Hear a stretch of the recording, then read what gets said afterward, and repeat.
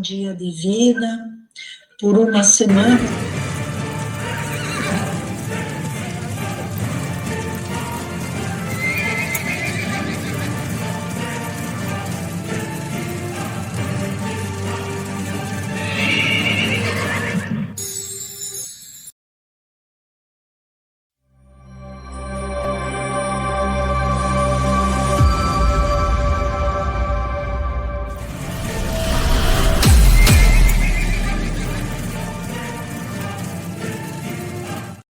Nossas transgressões, Senhor, nossos pensamentos, às vezes, que não estão de acordo com o que está escrito, ou com as tuas palavras, que o Senhor nos perdoe, meu Pai.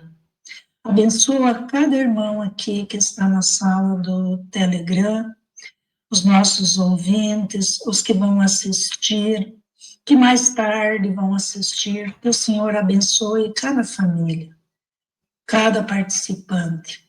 Abençoa toda a sua vida espiritual, Senhor. Também a sua vida física, a saúde, tudo aquilo, Senhor, que pertence a cada ser humano, que venha ser muito abençoado por Ti, Senhor. Fica conosco, dai-nos a Tua presença, Senhor, o Teu Santo Espírito, Espírito de poder, um espírito de bondade, de alegria, de um espírito de gratidão por tudo que o Senhor fez, está fazendo e ainda fará por nós. Muito obrigado, Senhor. Fica conosco durante toda essa live, essa gravação, esse estudo. É o que nós te pedimos, Pai, no poderoso, no grandioso nome do nosso Redentor e Salvador, Jesus Cristo. Amém. Amém.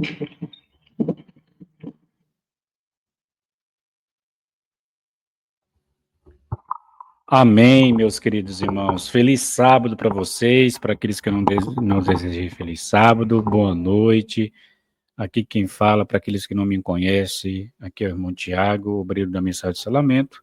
Hoje a gente vai finalizar nosso estudo, tá? Nosso estudo que é que tem um tema, né? O nome desse estudo é Antes de Jesus voltar, haverá um reino literal em Israel, ou seja, na Palestina? Essa é a parte 5. Se você não acompanhou a parte 5, a parte 1 até a parte 4, eu peço a você que entre em contato com qualquer administrador do grupo lá do WhatsApp e peça esses áudios. E também você é convidado a entrar no grupo de áudios e PDF, exclusivo para áudio e PDF. Você entrando ali, você vai estar ouvindo os áudios, os PDF, a literatura, né, dos materiais que vai ser colocado ali, e aí você vai ter um acesso de um arquivo, né, de arquivos de PDF que você pode imprimir e estudar em sua casa, né? Então, faça isso se você ainda não fez, faça esse gesto, né, de você entrar nesse grupo e participar conosco com os áudios, também com os PDFs, os arquivos, né? Aqueles que estão estudando conosco já tem um tempo, você, sentir no coração, compartilha. Aqueles que estão talvez chegando agora, e sente no coração em compartilhar essa mensagem, compartilha ao seu irmão de fé, compartilhe com aquela pessoa que está ali na casa do Senhor. A gente não sabe do coração de ninguém, né? Então, talvez essa pessoa está sem esperança na igreja, talvez está ao ponto de sair. Apresenta a mensagem de esperança. A verdadeira mensagem de esperança é aquela que vem trazer o revivamento e a reforma. Não há outra mensagem de esperança que não vem trazer revivamento e reforma. Tá? Qualquer outra mensagem de esperança que está ensinando por aí, mas não está trazendo revivamento e reforma, então não é mensagem de esperança. Então, manda essa mensagem de esperança para o seu amigo, para o seu irmão de fé, e ele pode te agradecer e eternamente te agradecer por isso, porque a gente não conhece o coração de ninguém, né, meus irmãos? E eu quero deixar um recadinho para todos vocês. Se você está nos nossos grupos, e cada grupo tem regras. Se alguém entrou no seu PV e está falando coisa com coisa e não apresenta provas e evidência de alguém, ou falando de, por exemplo, aparece alguém no seu PV falando de pessoas lá do grupo que você está, que eu estou, que a Leonilda está e os demais administradores estão, chega a qualquer um falando alguma coisa contra os administradores do grupo, tem que apresentar provas, não só narrativas, tá? Porque hoje, ou a gente apresenta provas, evidências, ou fique calado, porque senão vai entrar no campo da mentira. Então, você que está em nossos grupos, eu peço que se entrar alguém no seu PV, você pode notificar os administradores do grupo e manda, né, ó, tem essa pessoa entrando em contato, notifica que a gente vai tomar as providências, né? Porque o grupo tem que ter ordem, decência e organização. E é isso que eu vou fazer. Sempre eu falo com os administradores. Devemos ter essa organização, porque senão vira bagunça. E o céu não é bagunça. E Deus não é desorganizado, né? Então entrou em contato, chega, falei, irmão Tiago, apresentou aqui, ó, uma pessoa entrou no meu contato falando disso aqui, disso aqui, disso aqui, falando dos administradores, falando de você, falando dos administradores, sem apresentar nada, só narrativas. Então, eu vou tomar as providências, porque mentira, falso testemunho, calúnia, difamação não entrará nos grupos que eu estou administrando, né? Então, meus irmãos, nosso estudo de hoje é a continuação, né, do estudo da semana passada. Lembrando que, é importante você estar acompanhando, tá? Você precisa estar ouvindo os áudios. Ouvir os áudios significa você estar aprendendo da palavra, tá? Que vem do estar escrito. Você que está aí no Facebook, você que está aí no YouTube, eu peço a você, curte esse canal, curte essa página que você está assistindo esse vídeo, compartilha com seu amigo de fé, seu irmão de fé. Você que está aí pela primeira vez, está gostando ou está ali, está ao ponto, né, ainda vai gostar, você pode também ficar mais um pouco, estudar todo o tema e compartilhar essa mensagem para os demais irmãos, né. Você que está aí no Telegram, você também pode convidar as pessoas para estar nessa chamada. Você pode mandar no PV, lembrar aquela pessoa que está conosco ali um tempo, você pode entrar em contato e falar: "Ó, tá aqui o link, vai ter o estudo daqui já tá tendo o estudo, vamos lá acompanhar", porque a gente ajudando uns aos outros, a gente vai, né, vai estar ali apoiando uns aos outros em todos os momentos ali do estudo, e assim as pessoas vão ser lembradas, as pessoas vão achar legal, porque tem alguém ali se preocupando para estar na sala de Cristo. Então isso é bom, isso também, gera que uma amizade, né, com todos nós, uma família, fazendo essa família ser forte. Então, faça isso, se alguém está esquecido, você vai lá e lembra, se alguém tem uma dificuldade de entrar, você vai lá e ensina, e assim, um ajudando o outro, a gente vai chegar naquele objetivo que Cristo quer, que todos em Laodiceia venham saber dessa poderosa mensagem, né. Então, meus irmãos, vamos lá dar seguimento. Lembrando que no final do estudo eu costumo apresentar 12 perguntinhas, tá? Deixa eu ver se eu separei essas perguntas, eu já elaborei. Ok, tá elaborado essas perguntas. Sim, sim, com certeza. Aqui,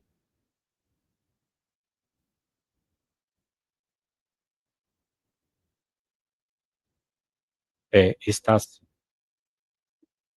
está aqui. As 12 perguntas estão elaborada, eu fiz, eu sempre faço, não posso deixar de fazer. E assim que finalizar o estudo, eu vou apresentar para você. E você que está aí nas redes sociais, eu vou estar apresentando a pergunta na tela também, tá bom?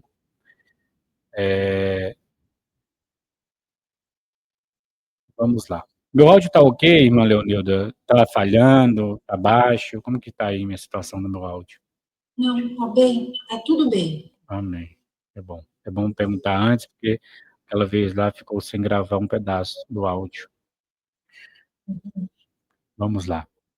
Ok, nós paramos ali em uma nova divisão da terra.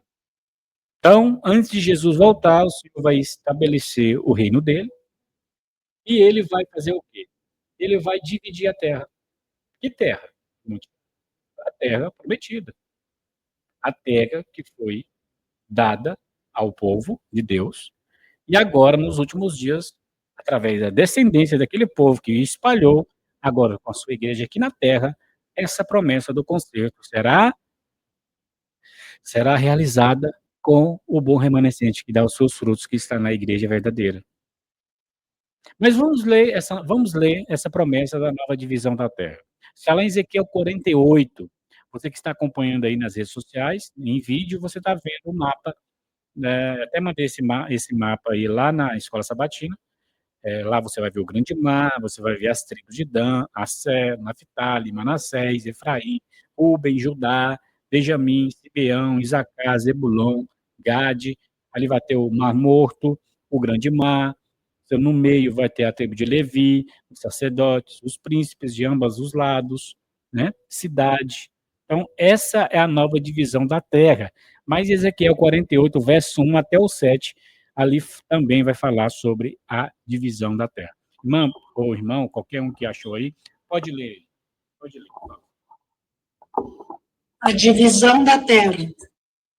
Ora, estes são os nomes das tribos, desde o extremo norte até a costa, desde o caminho de Etlon, indo para Amate, Azar, Enon, a fronteira de Damasco ao norte, até a costa de Amate, porque estes são os seus lados ao leste e oeste, a porção de Dan.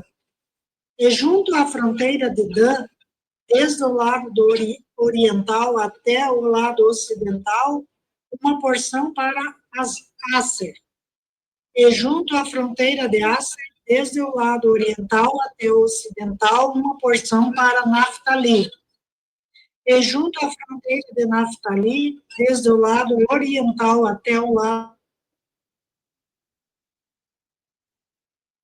E junto à fronteira de Manassés, desde o lado oriental até o lado ocidental, uma porção para Efraim. E junto à fronteira de Efraim, desde o lado oriental até o lado ocidental, uma porção para Ruben.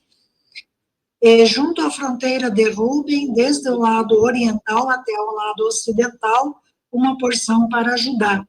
E junto à fronteira de Judá, desde o lado oriental até o lado ocidental, será a oferta que oferecereis de 25.000 canas de largura e de comprimento de cada uma das outras partes, desde o lado oriental até o lado ocidental, e o santuário estará no meio dela.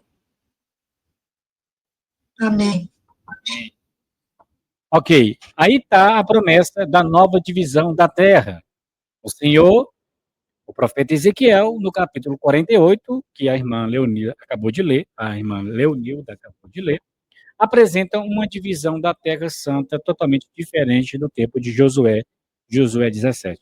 Se você for lá em Josué 17, você vai ver totalmente essa divisão, dessa nova divisão de terra de Ezequiel 48 é totalmente diferente do tempo de Josué, no capítulo 17. Ou seja, em faixas do leste a oeste, Dan terá a primeira porção no norte e Gade a última porção do sul. Ou seja, a descendência das tribos que foram espalhadas terá essas porções, né, de terra. Entre as fronteiras destes dois devem estar as porções do resto das tribos. A cidade estará no meio da terra, como está lá em Ezequiel 48, como está escrito, né?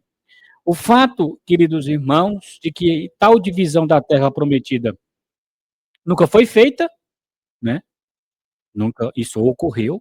O Senhor reuniu o seu povo ali, as 12 tribos, e repartiu a terra, como está em Ezequiel 48. Esse fato dessa divisão da terra prometida, como está em Ezequiel 48, nunca foi feito, mostra que ela ainda é futura e isso está escrito não para ficar suspenso no ar ou não, nunca se cumprir. Não. Tudo que está na palavra de Deus tem que se cumprir. E vai se cumprir, porque o Senhor falou em Isaías 55, assim como a chuva cai do céu e não volta pela mesma direção, cai na terra e faz brotar, assim será a palavra dele que sai da boca dele, tá? Se você acha que a palavra dele vai ficar suspensa, que mandaram escrever e ele não vai cumprir, vai ficar aí sem se cumprir, para contar historinha. Você acha que o objetivo da palavra de Deus é só para contar historinha? Esqueça, porque aquilo que o Senhor mandou falar, ele vai fazer, assim como a chuva cai do céu e não volta pela mesma direção, assim a palavra dele também não vai voltar vazia, vai se cumprir, tá? Então, como nunca ocorreu na história tal divisão, essa nova divisão de terra, ali, descrita em Ezequiel 48, isso mostra claramente que no futuro próximo o Senhor vai fazer essa profecia se cumprir, tá? E outro fato, o fato importante de que tal divisão da terra prometida nunca foi feita, mostra que ela ainda é futura, como eu já falei para vocês, mas também o fato de que o santuário estará lá, enquanto que não haverá templo ou santuário na nova terra, porque Ezequiel 48 não está falando da nova terra, está falando do reino que vai ser restabelecido antes de Jesus voltar. Lá em Apocalipse 21, 22, a gente leu na parte 4, deixa claro que não haverá santuário na nova terra, né? Prova mais uma vez que esse cenário de Ezequiel 48, descrito aí pelo profeta, esse é o Espírito Santo, escreveu por ele, é o reino que Ezequiel recebeu do Senhor, o reino pré-milenar do tempo do fim. Tá? É mais uma prova que as 12 tribos de Israel devem ser reunidas na terra prometida pouco antes da volta de Jesus. Tá? Aqui, meus irmãos, eu quero frisar, não há condições, o profeta Ezequiel não menciona nenhuma condição. Ele simplesmente escreveu o que o Senhor Deus lhe revelou. Então, o Deus quis dizer o que ele disse. Ou seja, ele falou e vai se cumprir do jeito que falou. Ou ele, o Senhor, perdeu muito tempo, e o tempo de seus profetas e o nosso, nos falando sobre coisas que nunca vão acontecer. Seria injusto, né? Seria surreal. Deus mandar escrever e de repente ele mudar de ideia. Não, não vou cumprir mais. Então ele não sabia o fim desde o princípio? Ele sabe o fim desde o princípio. Se ele mandou escrever, ele sabia do resultado. Ele mandou escrever porque ele vai cumprir dessa forma que está escrito. Ele não é um ser humano que muda de ideia. Ele falou e ele vai fazer. Com tudo que ele me escreveu, ele deixou claro. Tá vendo essa chuva que você está vendo cair aí, da natureza? Tá caindo, não tá? Você já viu essa gota voltar pela mesma direção? Para o céu, lá para as nuvens? Não, e nunca vai ver. Então, essa chuva cai aí, não faz brotar semente e frutos e comida, dá alimento para o povo? Sim, assim é minha palavra, tá? Então, toda vez que você pensar que uma promessa não vai se cumprir, olha para a chuva. Vai lá em Isaías 55, medita lá. Então, se você acha que as promessas que está escrito ali não vai se cumprir, vai ficar suspensa no ar, vai lá em Isaías 55 e olha para a chuva. Tá vendo a chuva caindo? Você não está vendo as gotas voltando para a mesma direção, né? Então a palavra dele é a mesma coisa. As doutrinas são com a chuva. Vai cair no seu solo. E se o solo for bom, vai produzir frutos. E você vai crer. Se o seu solo for ruim, você vai rejeitar. Mas se você vê que o seu solo está ruim, não fique esperando de braços cruzados, não. Vai aos pés do Senhor, pedir uma transformação desse solo. Ele vai te ajudar. E outra, se você está pensando que essa profecia é condicional, aqui novamente, querido irmão e irmã que está pensando que é condicional, o Senhor está mostrando que não há condições. O profeta Ezequiel Não menciona nenhuma condição. Ele simplesmente escreveu o que o Senhor Deus lhe revelou. Portanto, ou Deus quis dizer o que ele disse, ou ele perdeu muito tempo, e o tempo dos seus profetas e o nosso, nos falando sobre coisas que nunca acontecerão. Misericórdia, né, pensar dessa forma. O Senhor não faz nada por acaso, ele nunca perde tempo. Ele faz, ele manda dizer, e ele vai executar aquilo, da forma que está escrito. Agora, vamos explicar as declarações da irmã White, os textos que as pessoas pegam fora de contexto, pegando uma passagem isolada ali, assim como os evangélicos estão fazendo, né? Pegam uma passagem isolada para dizer que o sábado não é para guardar, que foi abolido na cruz, pega textos isolados, e tem os sermões que eles pregam, com outros textos isolados. Se você não for estudando a palavra, você vai acaba caindo. Assim, os adventistas incrédulos, que não crêem na promessa do reino, vai lá em alguns textos do Espírito de Profecia para tentar combater os textos do cano bíblico da luz maior. Então, eles estão querendo dizer que o escrito da irmã White está acima da Bíblia. Eles pegam os textos isolados, fora de contexto, para tentar derribar os profetas bíblicos que falam sobre o reino que vai ser restabelecido. E eu não posso fazer isso, né? Porque no momento que você pega os textos de um profeta moderno e tenta derribar a luz maior, você está pervertendo, você está com o espírito satânico. Você não está com o espírito santo. Você tem que harmonizar esses escritos pela Bíblia. Você não pode passar por cima da Bíblia. Ou os escritos se harmonizam com a Bíblia, ou a Bíblia esmaga o escrito. É a luz maior. Então, se a Bíblia está falando que vai ter o reino, e o texto fora de contexto que você pega aí tenta se opor à Bíblia, você está com o espírito de Satanás. Você está querendo lutar contra a Bíblia, pegando texto fora de contexto. E a sua interpretação, o seu contexto errado aí que você está tirando do espírito de profecia, a Bíblia vem e esmaga esse contexto que você quer aplicar para o povo. Não se sustenta, cai por terra. Então, a mensagem de Salomão, nesse momento, separou todos os textos que a maior parte do povo de Deus pega para tentar derribar a promessa que os profetas bíblicos estão falando que no tempo do fim vai restabelecer o reino de Cristo, antes dele voltar. Agora, quero a atenção de vocês, vamos examinar as declarações citadas no começo do estudo, né? Eu citei essas declarações e eu disse para vocês que a gente ia esmiuçar cada declaração daquela, como eu falei lá na parte 1, né, na parte 2 também, falei, citei essas citações, essas declarações da pena inspirada, que eles pegam e eles colocam de um jeito que parece ser contraditórias com a posição da mensagem do selamento, né? Mas devemos ter em mente, como eu sempre falo, que nenhum profeta entende tudo do início ao fim, tá? Quando vem uma verdade adicional, embora não contradiga a primeira, o primeiro mensageiro não expressará certas verdades nos termos tão explícitos do segundo mensageiro, tá? Então, dessa forma, elas parecem se contradizer entre si. Só parece, mas não é. Então, vamos citar algum exemplo. Aqui, Moisés. Moisés recebe e Paulo. Moisés recebe verdades e Paulo recebe verdades.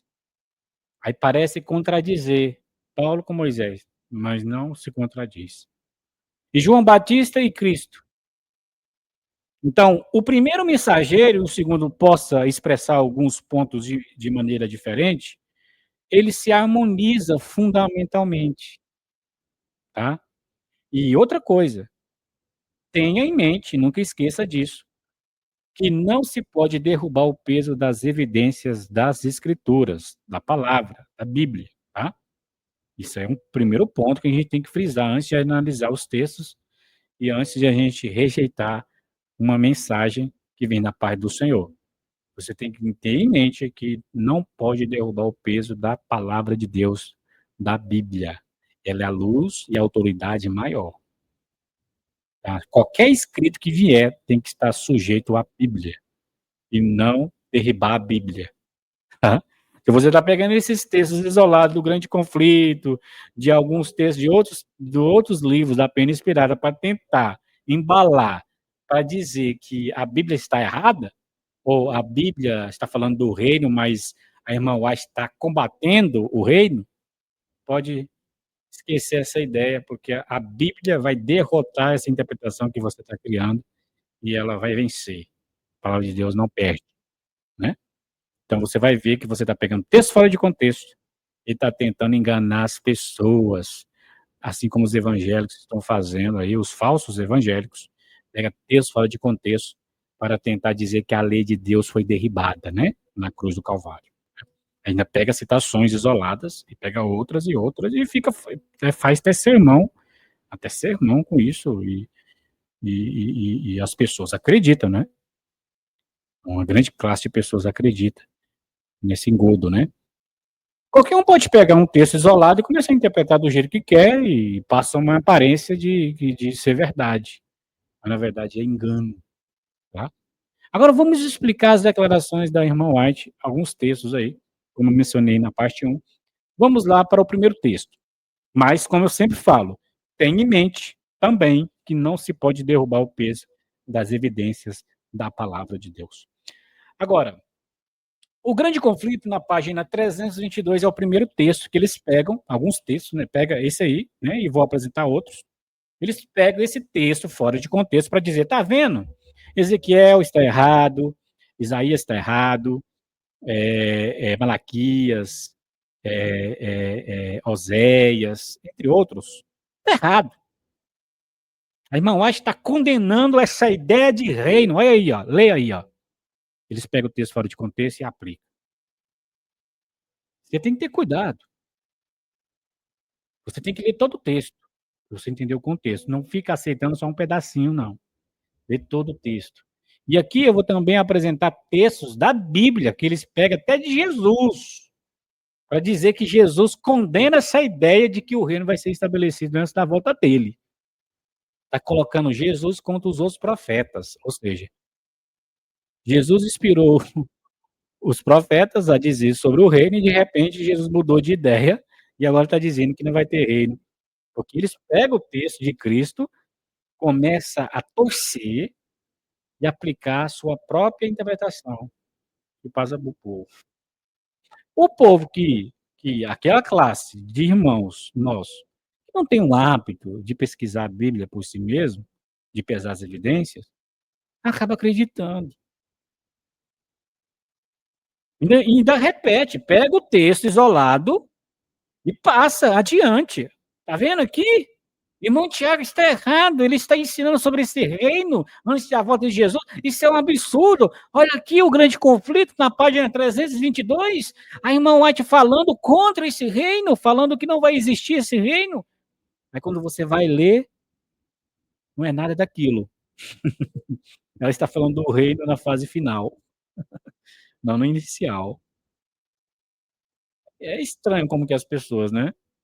Eles não querem crer e não querem deixar as pessoas crerem.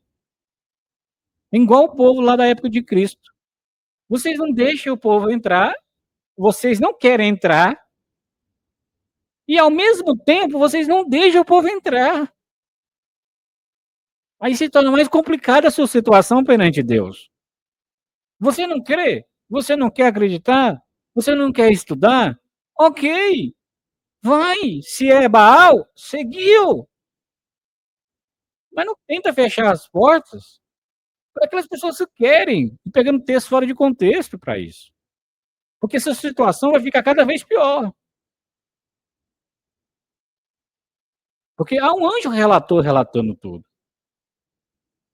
Então, sua ação, o seu procedimento se torna pior, porque você está não querendo entrar. Tudo bem, livre-arbítrio seu. Você não quer estudar. Você não quer ser melhor adventista, você não quer reavivamento, você não quer reforma. Ok, tudo bem, eu te entendo. Só não concordo, mas eu respeito o seu livre-arbítrio. Eu não vou te forçar, e jamais farei isso, mas não tenta fechar as portas para aquelas pessoas que querem ser melhor adventista, com o texto fora de contexto, porque se você continuar assim, sua situação vai ficar muito complicada perante o Deus de toda a terra. Sua situação fica terrivelmente complicada, porque você não entra e não deixa os outros entrar. Aí aquele sangue naquelas pessoas vai cair sobre as suas costas. Aí eu não quero estar na sua pele.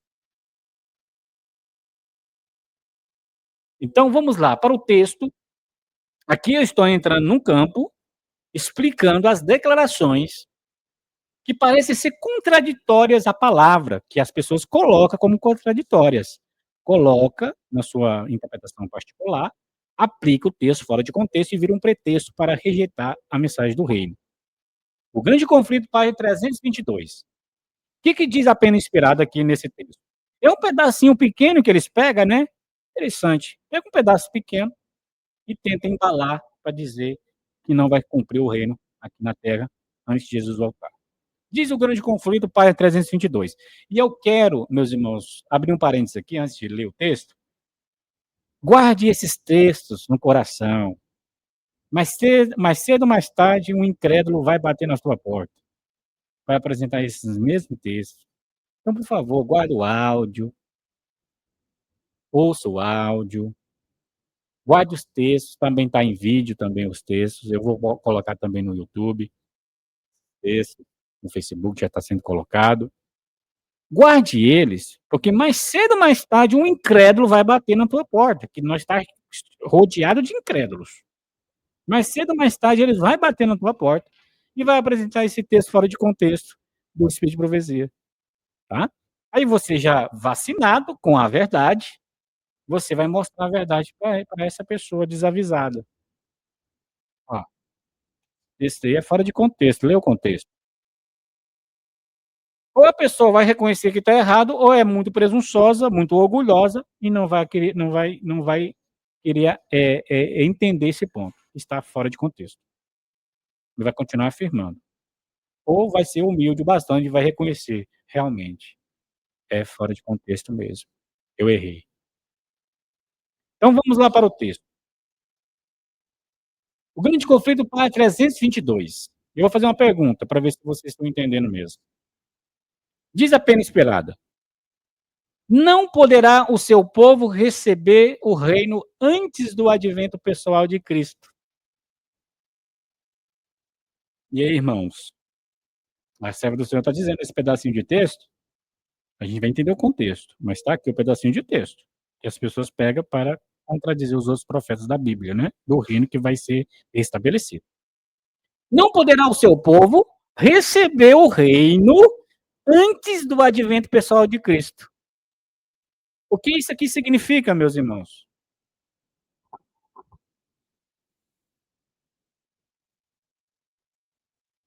O que essa passagem do Espírito de Profecia significa? Está dizendo que o reino não será, não, o povo não vai receber o reino antes do advento pessoal de Cristo, mas a mensagem de Salomão, a Bíblia e a mensagem de Salomão frisa que o povo vai receber o reino antes da vinda de Cristo.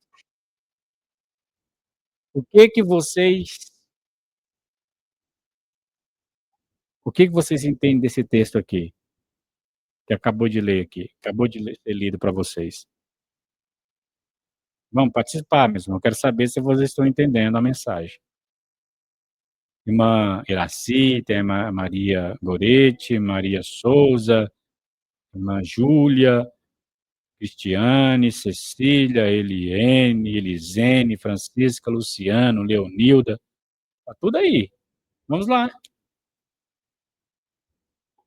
Aqui está falando o grande conflito para 322. Não poderá o seu povo receber o reino antes do advento pessoal de Cristo. O que Cristo está querendo dizer aqui? O que a serva do Senhor, esperado pelo Espírito Santo, está querendo dizer aqui? Que reino é esse aqui que está no grande conflito para 322? reino final. Para mim, não é o reino de Cristo, o reino dos céus.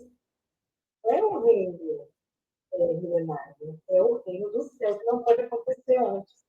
Mas para ser um reino, irmão, o que precisa? Pode ficar isso. Primeiro ele tem que estar em nosso coração. Mas para ser um reino, o que precisa para ser um reino? O reino está no céu ou está na terra? Terra, ele vem do céu, Jesus veio, né, trouxe para nós o reino, e agora nós temos que ter ele dentro de nós para daí nós formar aqui na terra. Eu não estou falando o rei do reino. Eu não estou falando do poder desse reino. Não estou falando do criador desse reino. Eu estou falando assim, o que é o reino? O reino se compõe em quê? Quando fala reino, o que vocês veem à mente? O que é um reino? É pessoas reunidas. Exato. É pessoas. Reino é pessoas reunidas. Não é pedaço de madeira, não é montanhas, né? É pessoas. Então, esse reino está no céu ou na terra? Que Jesus vai buscar? Está na terra. Quero ver as respostas dos outros irmãos também. Está no céu esse reino ou está na terra, irmãos? Na terra, como ela falou, eu confirmo. Ok. Mas aqui o Senhor está falando, no grande conflito, que não poderá o seu povo receber o reino antes do advento pessoal de Cristo. Mas a palavra de Deus está falando que esse reino vai ser restabelecido antes do advento pessoal de Cristo.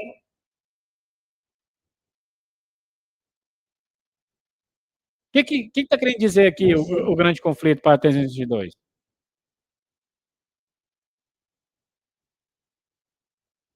Vamos lá. A serva do Senhor, esperada pelo Espírito Santo, está dizendo: não poderá o seu povo receber o reino antes do advento pessoal de Cristo. Vocês têm que entender isso aqui, irmãos. E mais cedo ou mais tarde, um incrédulo vai bater na sua porta com esse texto aqui. Aí o que você vai fazer? Vai entrar em contato comigo?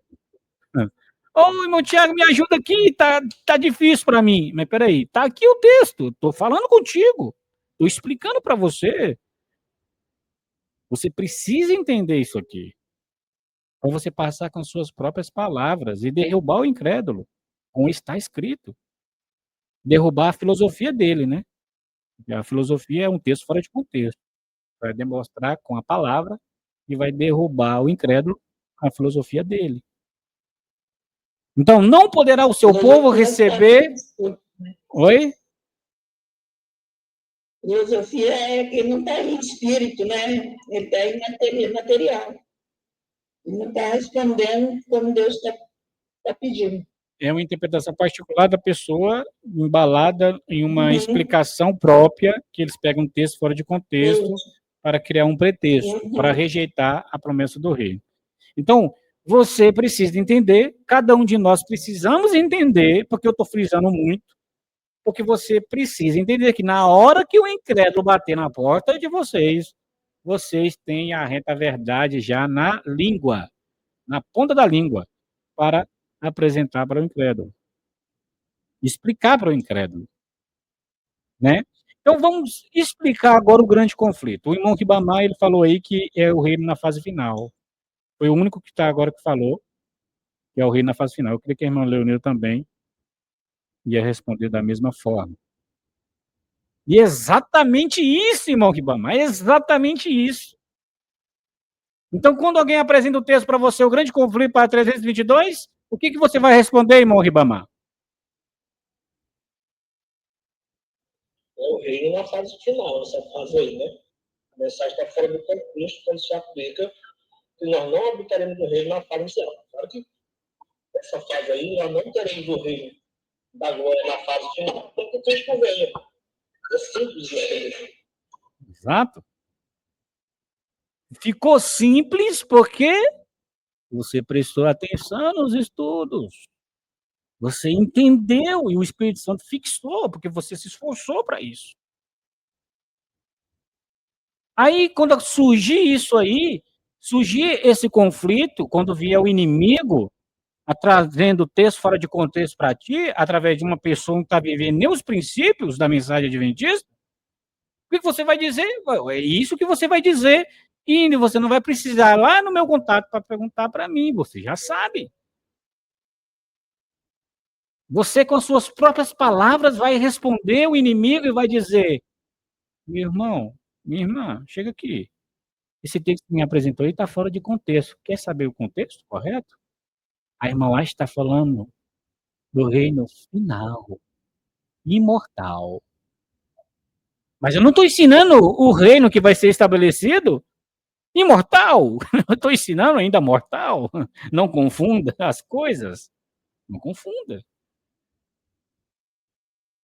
Então, aqui o texto, o grande conflito, página 322, a serva do Senhor está falando o reino na fase imortal. E mais uma vez eu enfatizo, não há contradição aqui. Irmão, a gente não está contradizendo os profetas bíblicos, porque o mesmo Espírito que inspirou os profetas bíblicos, inspirou ela.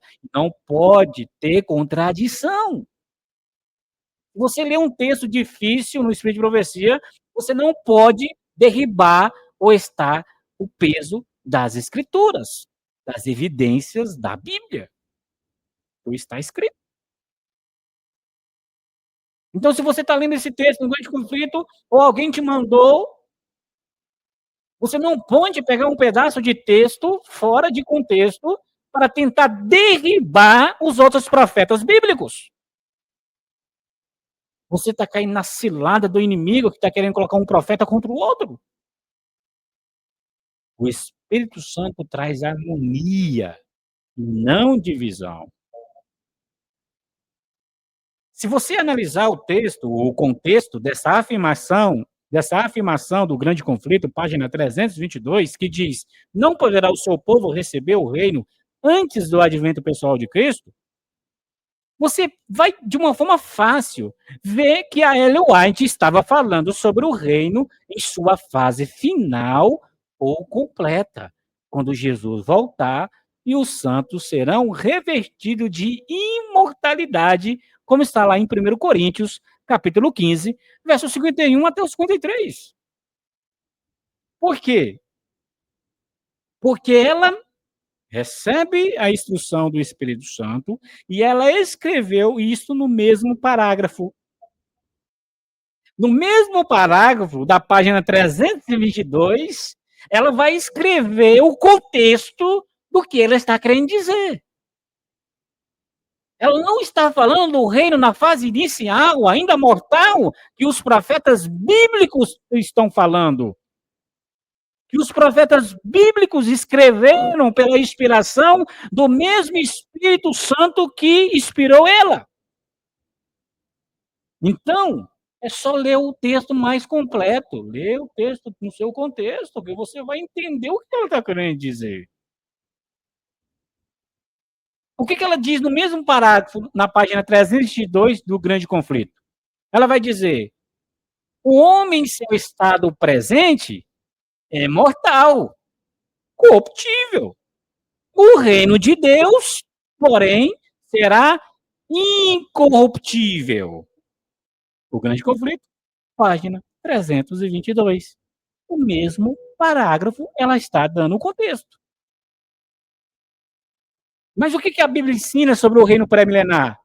É o reino ainda fase mortal, onde vai ter aleijados, onde vai ter 3 categorias de crianças, onde vai ter velhos e velhas com bengala na mão. Não está falando do reino imortal. Não mistura. Não tenta dar uma de esperto, ou seja, ser usado pelo espírito de Satanás para tentar iludir a mente do povo, contexto fora de contexto, para tirar o povo da verdade presente. Não faça isso. Há um anjo anotando tudo que você está fazendo. E você acha que você vai escapar disso? Você que pega texto fora de contexto aí.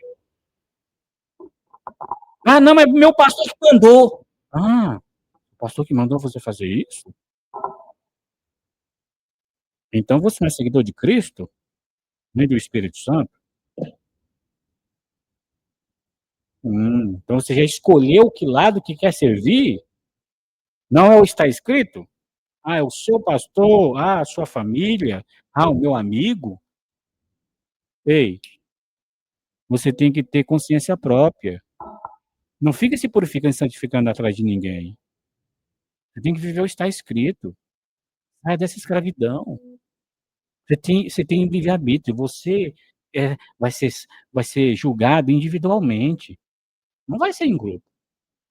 Você vai ter que prestar contas individualmente perante o juiz de todo o universo.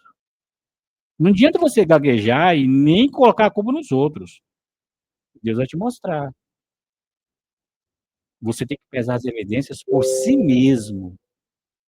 Ou você pesa as evidências por si mesmo, ou você vai ser condenado.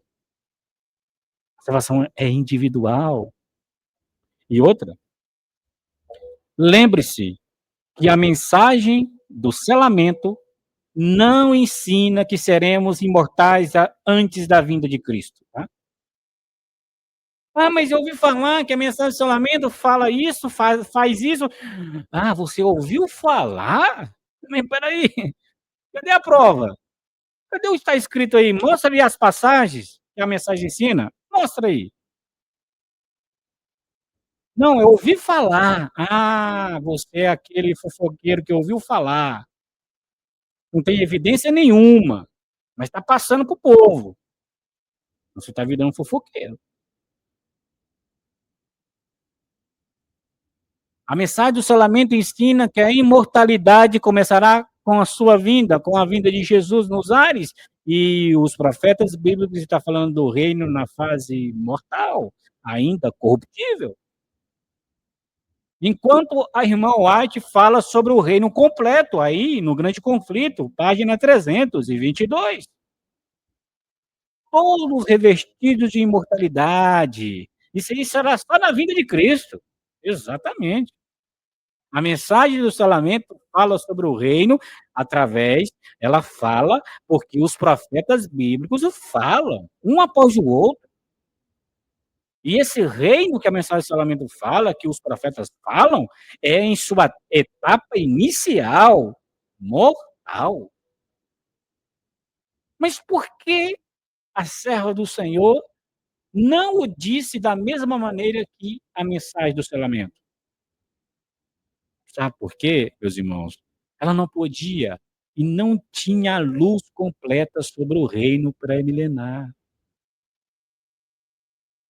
Mas isso não significa que a mensagem do selamento a contradiz. Apenas não é explicitada de uma forma tão clara, com a mesma clareza que a mensagem do selamento ensina. Ela não tinha todos os raios de luz sobre esse ponto. Ela nunca recebeu toda a luz. Ela nunca falou que recebeu toda a luz. Ela falou que só recebeu vislumbres da luz. Vislumbres. Agora, podemos fazer a mesma comparação com a mensagem de João Batista e a Cristo. João pensava que o reino seria estabelecido literalmente na época do primeiro advento de Cristo. Mas Cristo, ao invés disso, falou do reino espiritual e não do reino físico. Mas João Batista cria que seria no primeiro advento de Cristo. Mas Cristo não estabeleceu o reino. Ele estabeleceu o reino espiritual.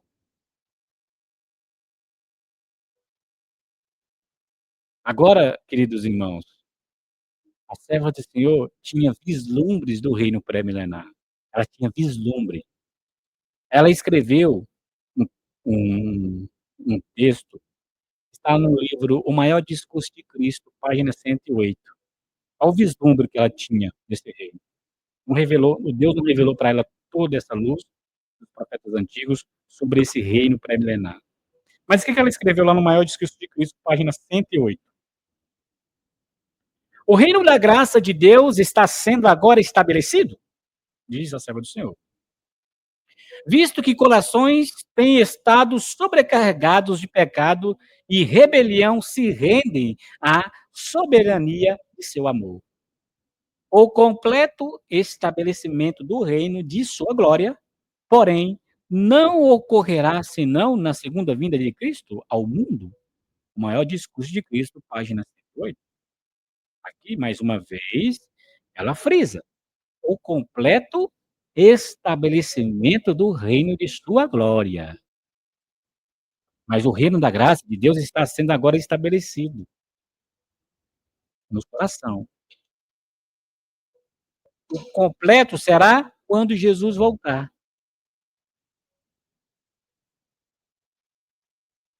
Estão me entendendo?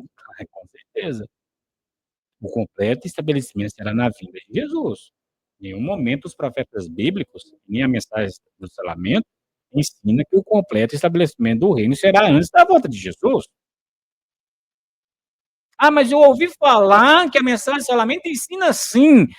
Mas você ouviu através de um servo de Satanás, que é mentiroso. Vai da mentira. Você ouviu de alguém que serve a Satanás, que gosta de mentir também, juntamente com ele. Porque a mensagem do selamento não ensina isso. Em nenhum momento eu abri minha boca para falar que a mensagem do selamento ensina isso. É melhor falar que não gosta da promessa. É melhor falar que não crê, porque não vem de acordo com as suas ideias e expectativas a mensagem. É melhor falar que não vem através do ídolo que você ama, a mensagem não está vindo através desse ídolo, e você não aceita, porque não veio através do seu ídolo. É melhor você falar isso, do que você ficar inventando e mentindo. Ser sincero.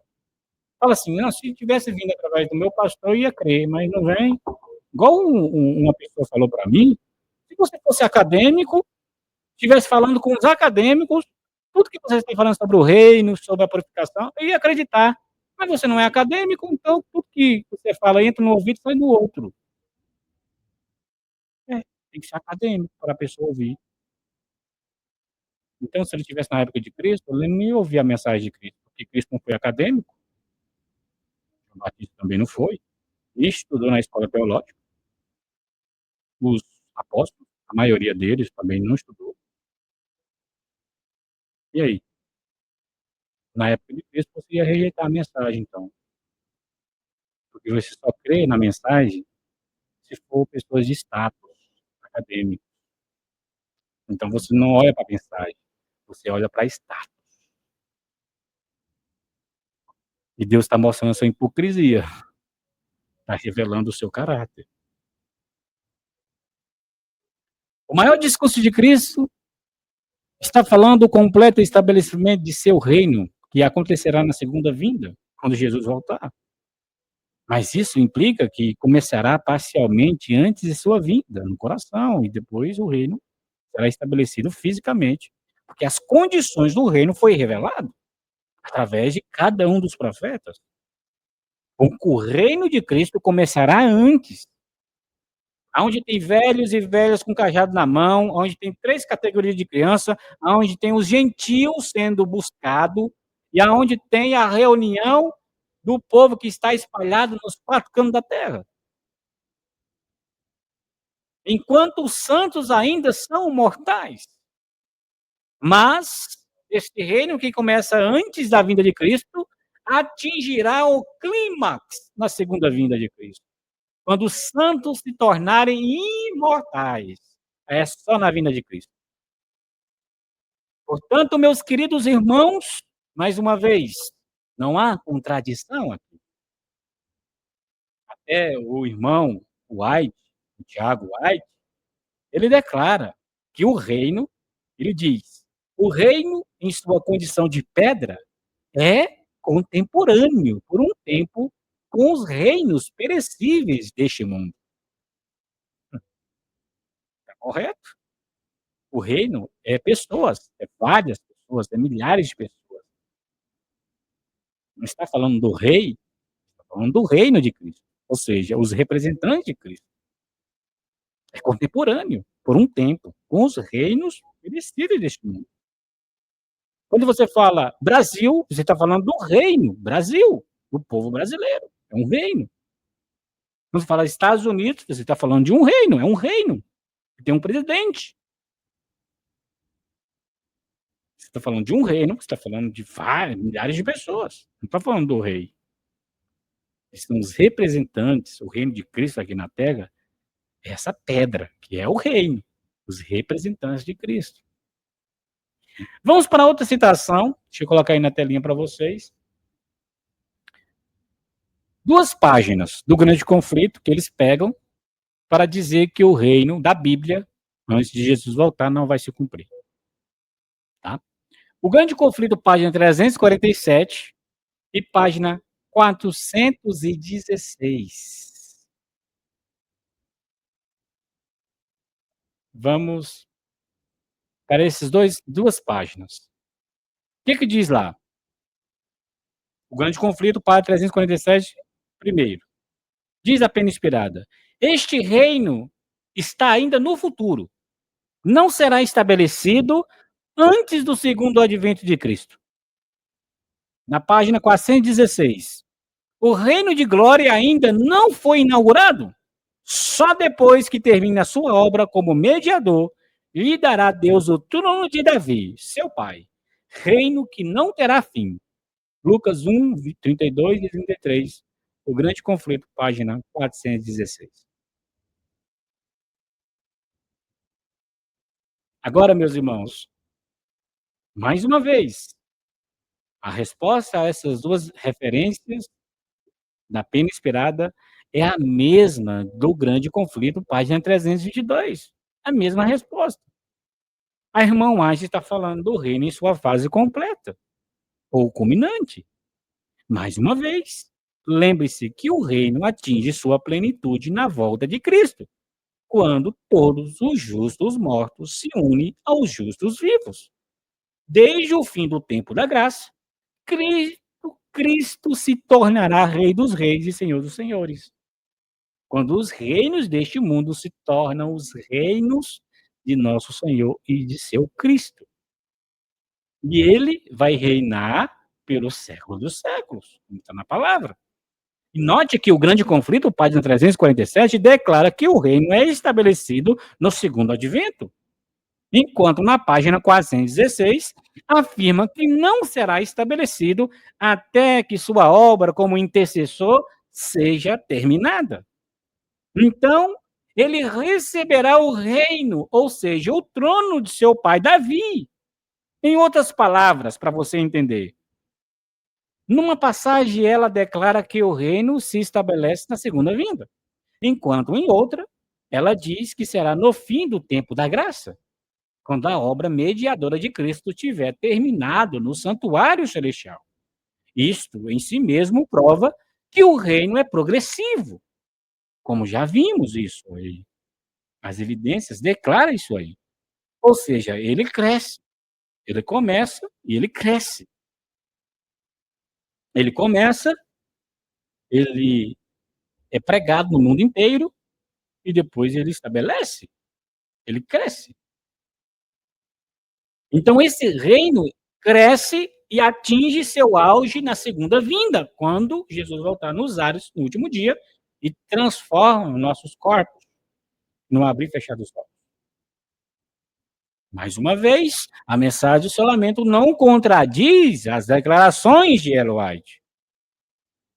Em outras palavras, as declarações da mensagem do seu lamento não negam a evidência bíblica de que o reino começará um pouco mais cedo em sua fase inicial, ainda em carne mortal, corruptível. Eu tenho que frisar bem, porque às vezes as pessoas interpretam mal o que eu falo.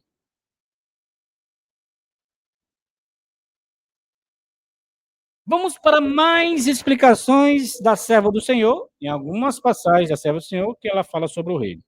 Vamos explicar as declarações da irmã White agora em mais evidência. Em Primeiros Escritos, deixa eu beber uma água aqui. Em Primeiros Escritos, página 75 agora. Essa é a declaração que muitas pessoas pegam. Está lá em Primeiros Escritos. Ouve bem, se prepara bem, Anota se for possível, já está sendo gravado mesmo, ouve o áudio de novo e se prepara. Quando vier um incrédulo para apresentar o texto aí, fora de contexto, você vai lá e apresenta a espada, a Bíblia, e profecia explica o contexto, tá? Porque o Satanás está desesperado. Ele não quer que você se torne melhor adventista, não quer que você acorda, não quer que você comece a praticar as verdades da Bíblia e do Espírito de profecia, porque ele sabe que você vai ser um terror para ele lá no alto clamor. Ele sabe que você vai estar cheio do Espírito Santo e ele não quer que você seja do exército do Senhor. Ele sabe que vai ser derrotado lá. Então ele vai te enfraquecer através de textos fora de contexto, através dos seus agentes que estão na igreja do Senhor. Ele também tem seus agentes aí, e tem muitos. Através da mensagem que a gente está vendo, muitos. É através da mensagem que a gente vê a hipocrisia por debaixo da aparência. Está no coração. É através de uma mensagem que se revela a intenção do coração. Primeiros Escritos, página 75. O que diz lá? Vi também que a velha Jerusalém jamais será reconstruída.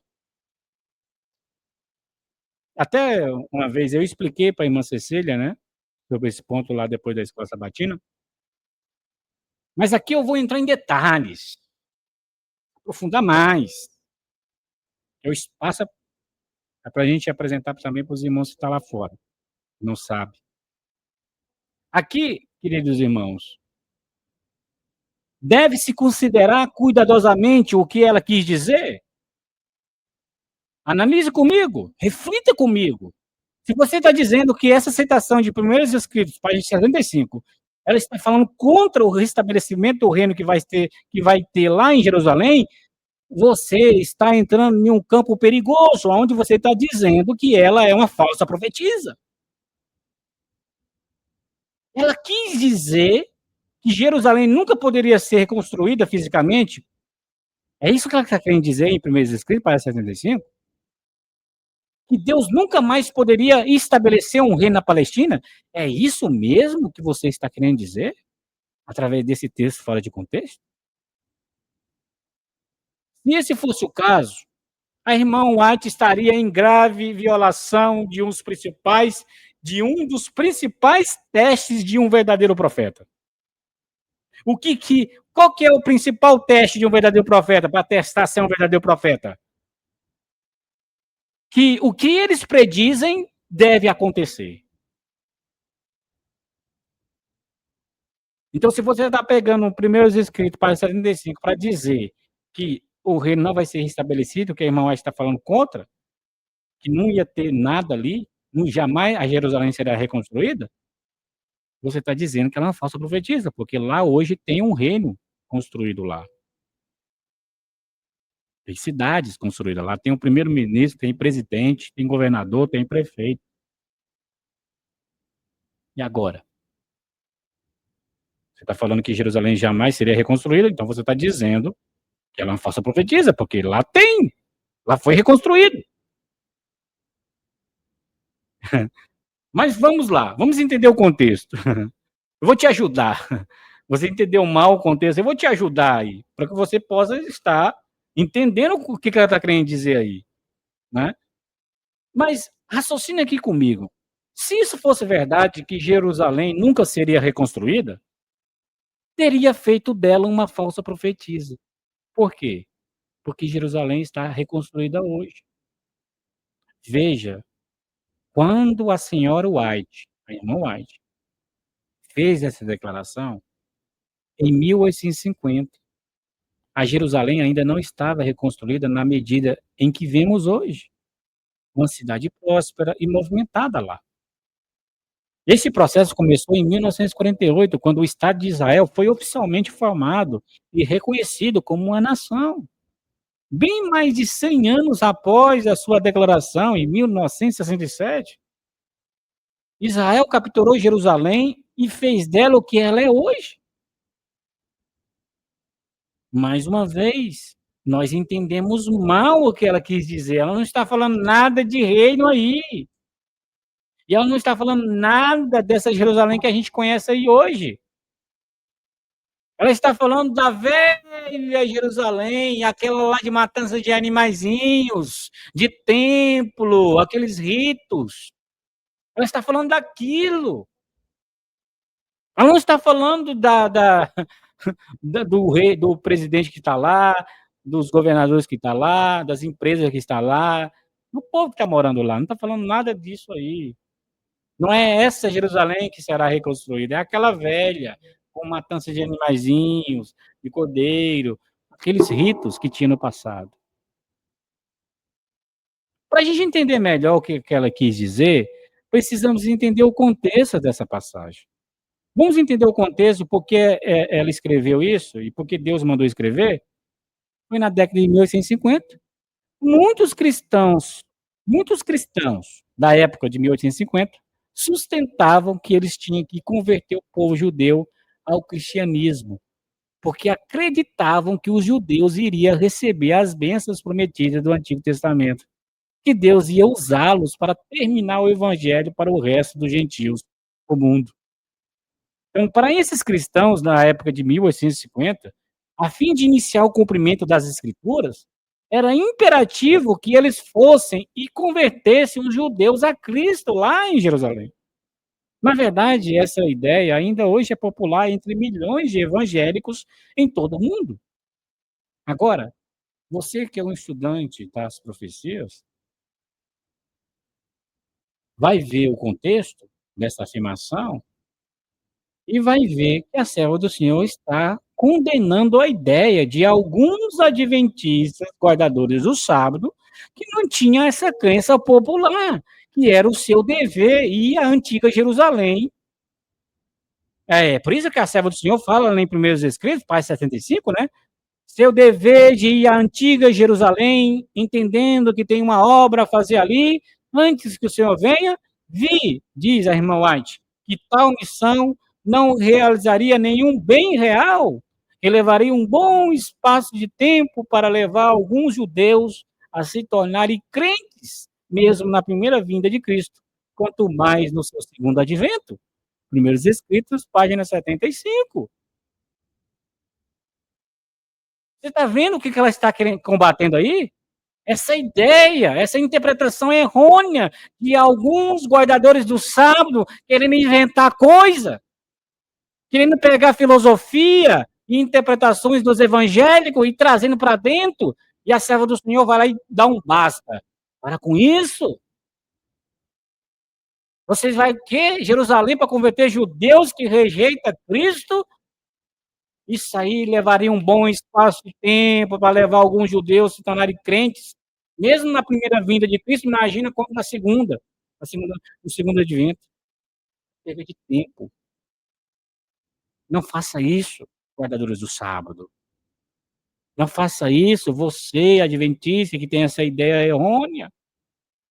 Ela está combatendo é isso aí. Ela não está falando de reino dos profetas, que na Bíblia está falando desse reino, não está falando desse reino. Mas a pessoa não quer acreditar no reino, aí vai pegar qualquer texto que acha, fora de contexto, aí coloca fora de contexto. Eles não creem. Isso é se esconder atrás dos escritos da irmã White. Igual os judeus de outrora, na época de Cristo, fazia. Na época de Cristo, eles também se escondiam atrás dos escritos de Moisés. Aí Jesus falou para eles: vocês não creem em Moisés. Isso é só uma aparência de vocês. É só religião aí. O coração de vocês não crê em Moisés, porque Moisés falou de mim. Se vocês crescem em Moisés, não ia crer em mim. Está vendo que a religião, não seja religioso, seja cristão. O religioso segue aquele padrão bonitinho. Aquela capa, né? Aparência de piedade, mas nega a eficácia dela. Seja cristão genuíno, como está escrito nas mãos. Não seja religioso. O religioso segue regrinhas, aquele padrão, e se aquele grupo não aceitar a mensagem, ele também não aceita. Vira religioso. Jesus mostrou a hipocrisia daquele povo, a liderança judaica, a igreja judaica. Vocês não creem em Moisés. Moisés falou de mim. Vocês estão interpretando tudo errado aí. Vocês pegam a profecia fora de contexto, passa para o povo, usa aquela aparência de piedade, mas por dentro é sepulcro caiado. Mas hoje acontecendo a mesma coisa.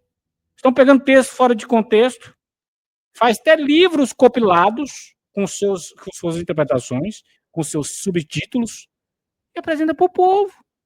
E o povo não sabe. A maior parte não sabe. Acaba acreditando. Graças a Deus que tem os atalaias, viu? Fiéis. E vai mostrar a verdade. Graças a Deus. Porque se não tivesse, estava perdido. Aqui, a irmã White, em 1 Escritos, página 75, está frisando essa ideia errônea de ir lá em Jerusalém para converter judeus, que essa ideia diabólica não dá certo. Perca de tempo. E a mensagem do selamento não ensina essa ideia errônea de forma alguma, de tem que ir lá em Jerusalém, converter judeus e judeus. Não, não, não. A mensagem não busca converter a Cristo judeus incrédulos, como está lá em 1 Escritos, página 75. Que alguns aguardadores do sábado queriam fazer isso. Então, meus irmãos, a mensagem do selamento, em vez disso, mostra a partir da palavra, não é a partir do que o irmão Tiago pensa, do que o ministro pensa, não. De acordo com a palavra, a partir das escrituras, que Deus estabelecerá o seu reino com sua igreja hoje. O contexto da declaração dos primeiros escritos escreveu o irmão Rutef, o mensageiro do Senhor. Ele diz, revela que se refere ao movimento sionista judaico e mostra que o propósito declarado desse movimento de restabelecer uma pátria nacional judaica, centrada em Jerusalém, propriamente dita, nunca será realizado como está lá em Primeiros Escritos, página 75, e que nunca a antiga Jerusalém será reconstruída de acordo com a interpretação sionista, e nunca os judeus não cristãos serão os súditos do reino.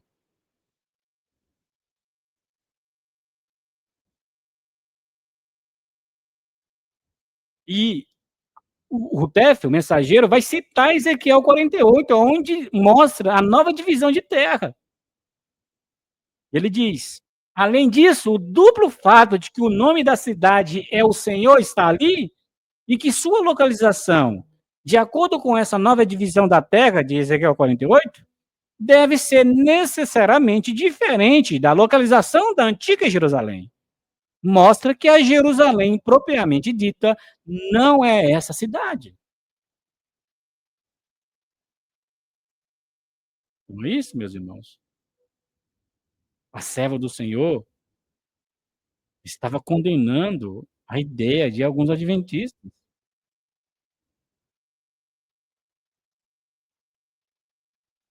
Essa ideia é errônea. E a mensagem de Salamento não ensina essa ideia diabólica. Pelo contrário, ensina sobre o reino que os profetas bíblicos estão falando. O reino pré-milenar, onde os adventistas fiéis vão ser os primeiros súditos desse reino. E os segundos frutos, que está lá fora, da igreja invisível, serão os segundos, estarão neste reino. Aí vem aquela pergunta, por que Deus gostaria de começar seu reino aqui na Terra?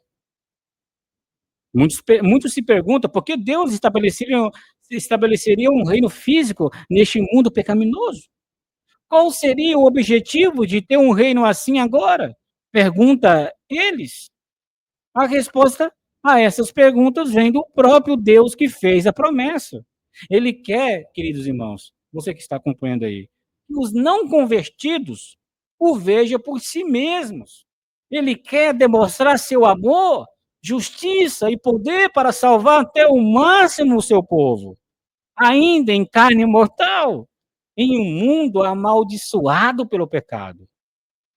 Em Ezequiel 36, verso 17 até o 38. Vamos lá? Em Ezequiel 36, verso 21 até o 23. Na verdade.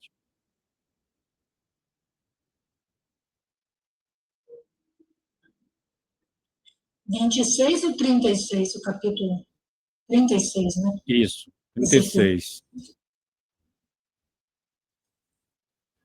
Do 25 até o 27. Do 21 até o 23. Mas eu tive pena por causa do meu santo nome, que a casa de Israel havia profanado entre os pagãos para onde eles foram. Portanto, dize a casa de Israel, assim diz o Senhor Deus, eu não faço isso por causa de vós, ó casa de Israel, mas por causa do meu santo nome, que profanaste entre os pagãos para onde fostes. E eu santificarei o meu grande nome, que foi profanado entre os pagãos, o qual profanastes no meio deles. E os pagãos saberão que eu sou o Senhor, diz o Senhor Deus, quando eu for santificado em vós, diante dos olhos deles.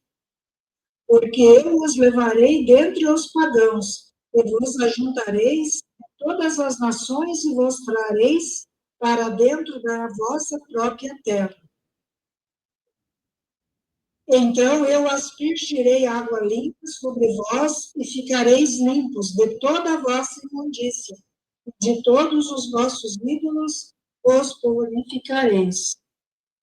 Um novo coração também vos darei, e um novo espírito eu colocarei dentro de vós, e eu tirarei o coração de pedra da vossa carne, e vos darei um coração de carne. E eu colocarei o meu espírito dentro de vós, e vos farei andar nos meus estatutos, e guardareis os meus juízos, e os fareis. E habitareis na terra. Amém. Até o verso 23. Amém. Em Ezequiel 36, verso 21 até o 23, Deus diz como ele espalhou o antigo Israel por sua maldade. Mas depois de se misturarem com os não convertidos, ou os pagãos, eles profanaram o seu santo nome. É aquela pergunta, por que Deus gostaria de começar o seu reino aqui na terra? Porque o nome de Deus está sendo profanado? Então Ezequiel, o profeta Ezequiel, descreve como o Senhor justificará seu nome, trazendo o seu povo de volta à terra de seus pais, Canaã, e restabelecendo o reino da glória na sua fase inicial. Nos versículos 21 até o 23, Deus nos diz claramente o porquê. Mas eu tive pena por causa de você? De mim? Não. Mas eu tive pena por causa do meu santo nome, que a casa de Israel havia profanado entre os pagãos. Para onde eles foram? Portanto, diz aos adventistas do sétimo dia, assim diz o Senhor Deus, eu não faço isso por causa de vocês, ó povo adventista, mas por causa do meu santo nome, que vocês estão profanando entre os pagãos, para onde foste. Verso 23. E eu santificarei o meu grande nome, que foi profanado entre os pagãos, o qual profanastes no meio deles. E os pagãos saberão que eu sou o Senhor, diz o Senhor Deus, quando eu for santificado em vós, em vocês, diante dos olhos deles. Ezequiel 36 está respondendo a tua pergunta, querido irmão, querida irmã, porque Deus gostaria de começar o seu reino aqui na terra. Está aí a resposta. Tá claro a resposta? Tá. Como é que o Senhor glorificará o seu nome? O Senhor responde no verso 24, porque eu os levarei dentre os pagãos, e vos ajuntarei de todas as nações, e vos trarei para dentro da vossa própria terra. Não é para você ficar na terra do pagão, não. É para você voltar para a vinha. Não, mas eu aprendi com o meu pastor que eu tenho que ficar fugindo até a vinda de Cristo. Porque o deixado para trás 2.0 que eles ensinam parece ser o mais aplicável para nós. Mas a palavra está dizendo o contrário. Ele está dizendo que o nome dele está sendo profanado, e ele vai santificar vocês para que os pagãos saibam que existe o Deus de Israel. Não é para você ficar fugindo, não, adventista. Olha, está escrito, porque eu os levarei dentre os pagãos e vos ajuntarei de todas as nações e vos trarei para dentro da vossa própria terra. É para a vinha que ele está querendo te trazer, não é para fugir dos inimigos, não. Não é para você fugir da presença dos inimigos, não é para você enfrentar os inimigos com a palavra, com a espada. Então, meus irmãos, o versículo 36 volta a enfatizar a razão. Ezequiel 36, capítulo 36 e verso 36. O que diz lá? Então, os pagãos que sobraram, olha, os pagãos que sobraram, não pode ser o céu, tá? Nem na nova terra. Ao vosso redor, saberão que eu, o Senhor, edifico os lugares arruinados e planto naquele que estava assolado. Eu, o Senhor, o falei e o farei. Ezequiel 36, verso 36. Aqui não há condições. O Senhor está dizendo, eu, o Senhor, falei e o farei. Pronto. Ah, mas o meu pastor não acredita. Problema dele. Você tem que acreditar, está na palavra. Você tem que ir atrás da palavra. Você não vai se purificar e santificar atrás dele, vai? Ele vai te salvar no dia de juízo? Ele vai dar um cartão assim, ó. Aqui, ó, Senhor, cartão aqui, ó. Eu salvei ele. Existe isso? Não. Ele não vai te salvar, por que você está se purificando e santificando atrás dele? Vai te salvar? Está escrito que não vai. Na verdade, se você continuar se santificando e se purificando atrás dele, mais cedo ou mais tarde você vai estar com ódio dele no tempo do juízo, você vai vontade de despedaçar ele. Enganou. Cuidado. Agora vamos para, para as evidências que os que não gostam da mensagem, eles vão lá, vai lá em Cristo, vai lá na passagem bíblica de Cristo, está em Lucas 17, 21. Lucas 17, 21, vamos lá na leitura, onde eles pegam, agora eu vou entrar no campo bíblico, aonde eles pegam textos isolados da Bíblia agora, eles não se contentam com o Espírito de profecia, eles vão para o texto bíblico. Vai pegar textos isolados de Cristo para dizer que o reino não vai ser restabelecido. Vamos lá, Lucas 17, 21.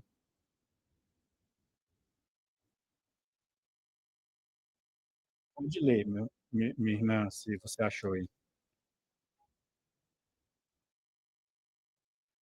E nem eles dirão, ele aqui, ele ali, porque eis que o reino de Deus está dentro de vós. E agora? Pegou esse texto isolado aí? Ué, peraí. O reino está dentro de nós, irmã. E agora? A situação é essa aí. Mas os profetas estão falando que vai ter um reino físico, onde vai ter velhinhos, com bengala, 3 categorias de criança, onde os gentios serão buscados. Mas Jesus está falando aqui que o reino está no coração. Como explicar isso, irmã? Ele começa no coração. Tem que ser isso, né, irmã? Exato. Quando eu começo a compreender a mensagem do reino, todas as outras mensagens das profecias, Então, isso começa dentro de mim. Isso.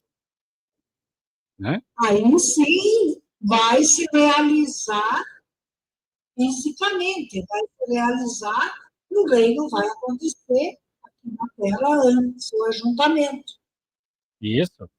Se a afirmação de Lucas 17, 21, se essa afirmação em questão diz o mensageiro, Rutef, o que ele diz? Se a afirmação em questão significa que não haverá um reino de Deus na Terra, então, pelo mesmo raciocínio, também deve significar que não haverá nenhum reino no céu. E se não houver nenhum reino na Terra e nenhum no céu, então nossa esperança é em vão. Manter esse ponto de vista é tomar a posição de que não haverá um reino literal nem na terra e nem no céu, mas apenas um reino espiritual dentro do coração. Tal raciocínio reduz o tema do reino a algo absurdo. Portanto, antes que o reino de Deus seja estabelecido nessa terra, ele deve de fato estar espiritualmente estabelecido dentro de nós, se quisermos ser qualificados para admissão quando ele estiver fisicamente estabelecido, assim na terra como no céu. Portanto, o reino de Deus dentro de nós é o regime da vida espiritual, o pré-requisito para uma herança no eterno reino de Deus. O mensageiro foi perfeito aí. E o reino está dentro de você, que é espiritual, então não tem um reino na terra, também não tem no céu. E se não tem na terra, que ele vai buscar para levar para o céu, vamos à esperança do céu. Acabou a esperança. Ele, na verdade, tem 3 etapas, né? Sim, é isso que Jesus está frisando aí. Ele começa no coração, depois vem o físico, o reino mesmo se cumprindo, o literal, e depois vem o final, o reino final. 3 etapas. Mas o povo quer pegar textos isolados para tentar passar para o povo, para tirar o povo do caminho. A intenção deles não é receber uma bênção. A intenção deles é lançar dúvida, é tirar a tua coroa. Eles trabalham para o inimigo. Uma grande classe de irmãos não está trabalhando para Cristo, o inimigo. A mensagem de salvamento chega e está mostrando o caráter das duas classes. Da classe que segue o está escrito e da classe que segue suas tradições, aquilo que pensa e segue e se purifica atrás de uma árvore. Então, essa classe, que purifica e se santifica atrás de uma árvore, está trabalhando para o inimigo. Então, vai pegar textos isolados, fazer igual os evangélicos aí, desesperado, para tirar você do caminho, com texto fora de contexto. O desespero, está no desespero. O inimigo está desesperado, porque o exército está se formando através dessa mensagem. Aqueles que obedecem a mensagem. Agora, alguns também vão dizer: o meu reino não é deste mundo. Vocês acreditam nisso? Que vai ter gente que vai pegar o texto bíblico lá de João 18:36? Vamos lá em João 18:36. O meu reino não é deste mundo. Eles dizem, aí, tá vendo o que Cristo falando aí? Não tem reino aqui na terra, não. Essa coisa que o irmão Tiago está pregando aí é coisa da cabeça dele. É filosofia. É doido. Não dá ouvido, não. Aqui Jesus falando aqui em João 18:36. O meu reino não é deste mundo. Pode ler, irmão. Respondeu Jesus: o meu reino não é deste mundo. Se o meu reino fosse desse mundo, então os meus servos lutariam para que eu não fosse entregue aos judeus. Mas agora o meu reino não é daqui. Amém. Isso mesmo, Jesus. Amém. Isso mesmo, Jesus. Nós cremos exatamente isso. Seu reino não é deste mundo. E agora, irmão, como explicar isso, os irmãos? É que eles pensavam lá, os judeus, os romanos, que ele veio para resolver as questões deles lá, política, estabelecer um reino aqui na Terra e resolver todas as questões que eles tinham. Aí eu respondo que não. O reino dele não é desse mundo, o reino dele é do céu. Mas aí Vamos entender de uma forma mais detalhada esse ponto, porque para passar para a pessoa que chega com esse texto isolado, você tem que explicar de uma forma bem detalhada para essa pessoa entender. Vamos lá. O nosso Senhor aí não poderia estar dizendo, mas antes de eu explicar aqui, João 18:36, eu gostaria de noticiar aí um ponto aqui do estudo. Vou ficar meia hora a mais, tá? Porque amanhã não vai ter estudo, amanhã vai ter leitura, né? Da mensagem de salvamento. Então, eu vou querer finalizar esse estudo, porque está quase acabando. Aí, então, eu vou passar aí meia hora do horário. E vocês não quiserem ficar até essa meia hora, aí vocês podem sair. Não precisa nem falar, nem justificar. O áudio está sendo gravado, e eu vou colocar aí no Telegram o áudio, aí você ouve depois. Tá? Mas eu vou passar meia hora. Já estou avisando, tá? A gente finalizar esse estudo, porque eu tenho que passar o questionário também e 2 perguntas. Vamos lá. Jesus não poderia estar dizendo que o seu reino não será estabelecido aqui na terra? Aí em João 18:36. Afinal, Jesus já teve um reino antes, com Israel na Palestina. Se ele fala que o reino dele não é deste mundo, então por que ele fez um com Israel no passado? Hum? Aí ele mudou? E você sabe que Jesus não muda, né? É o mesmo Deus ontem, o mesmo Deus hoje, o mesmo Deus sempre. Ele estava dizendo, irmãos, que o seu reino, você tem que explicar assim, cada um de vocês, da mesma forma. Ele está simplesmente dizendo que o seu reino não é do mesmo espírito e caráter do mundo. Nesse sentido. Não, Jesus está aí dizendo que o reino dele não é do mesmo espírito e caráter, porque ele já teve um reino na Palestina antes.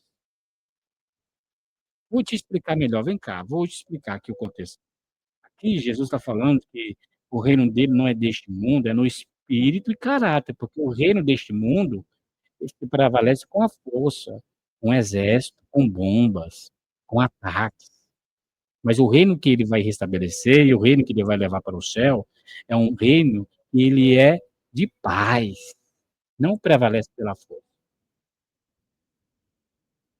Porque o próprio Jesus, na mesma citação, ele enfatiza: se o meu reino fosse deste mundo, ou seja, se o meu reino fosse de princípio, de espírito e caráter deste mundo, os meus servos lutariam. Você percebeu que o reino dele não é desse mundo quando os servos de Cristo não lutou para. E Pedro tentou fazer, lutar por Cristo. Aí cortou a orelha, mas Jesus falou: não, não, não, não faça isso. Meu reino não é deste mundo, ou seja, não é desse espírito aí, não, de espada, de matar as pessoas. Não. Porque ele mesmo fala na mesma passagem, ele declara: se o meu reino fosse deste mundo, ou seja, desse espírito e caráter, os meus servos lutariam, e vocês não iam tocar a mão. Os anjos vinham e vocês não iam tocar nele. Você está vendo aqui o contexto que quer apresentar para derribar a mensagem do reino é vã, não se sustenta? Cristo já teve um reino aqui na Terra, ele espalhou esse reino. Seria surreal ele dizer que o reino dele não é deste mundo, ele já teve um. Então você está dizendo que Deus mudou, ele se arrependeu de ter um reino aqui. E ele não é homem para se arrepender. Mas o Espírito de Profecia explica isso aí. O que ela diz lá na parábola de Jesus, página 33? Ela diz: o embrião, contido na semente, cresce pelo desenvolvimento do princípio vital que Deus nele implantou. O que diz mais? Seu desenvolvimento não depende de meios humanos. Assim é com o reino de Cristo. Há uma nova criação. Os princípios de desenvolvimento são diretamente opostos aos que regem os reinos deste mundo. Governos terrenos prevalecem pelo emprego da força, pelas armas, mantém o seu domínio. Mas o fundador do novo reino é o príncipe da paz. Parábola de Jesus, página 33. Já perceberam? Os governos terrenos prevalecem pelo emprego da força, pelas armas, mantém o seu domínio, mas Cristo, que é o líder desse reino, ele não permite que os seus servos lute com armas e domine o povo com força. Pelo contrário, ele é o príncipe da paz. Ele está dizendo que o reino seria estabelecido nesse princípio. O que Jesus realmente quis dizer? Quando Jesus disse a Pilatos, o meu reino não é deste mundo, João 18:36, muita gente entende errado. A maioria pensa, então o reino de Deus é só lá no céu, algo espiritual, invisível, longe da terra. Mas o texto que eu e você,